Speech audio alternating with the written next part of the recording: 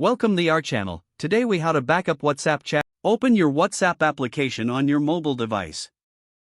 Tap on the three vertical dots in the top right corner to access the menu. Select Settings from the drop-down options. In the Settings menu, tap on Chats. Next, find and select Chat Backup. Here, you will see an option for Backup to Google Drive. Tap on it to choose your backup frequency. You can select from options like daily, weekly, or monthly. For a one-time backup, choose only when I tap Backup and next, select the Google account you want to use for the backup. If you haven't linked any Google account, tap on Add Account and follow the prompts to sign in. After selecting your Google account, check the box next to include videos if you wish to backup your video files as well. Now, tap on the green Backup button to start the backup process. Ensure you are connected to a Wi-Fi network for a faster backup and to avoid using mobile data.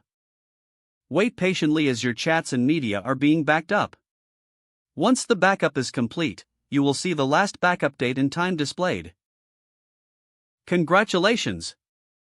Your WhatsApp chats are now safely backed up to Google Drive. If the page does not load, refresh the browser or try again in a private or incognito window. Make sure you are using the correct email address, then retype it carefully to avoid small typos. If your password is not accepted, use the reset option and create a new strong password you can remember. Check your spam folder for verification or security emails, then complete any requested confirmation steps. Enable two-factor authentication if available to improve. After signing in, review your profile details so your contact information and settings are accurate and current.